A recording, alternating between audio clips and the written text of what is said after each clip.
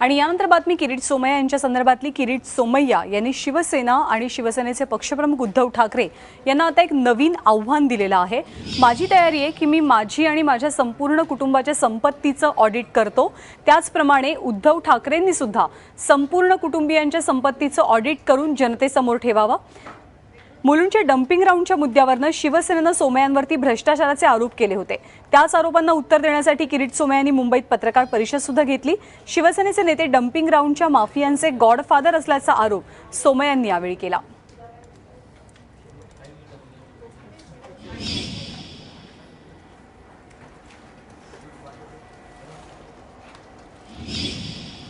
Mulund dumping ground Shiv Sena dumping माफियाचा फायद्यासाठी बंद करीत नाही। शिवसेना नेते हे डम्पिंग माफियांचे गॉडफादर सारखे वागतात।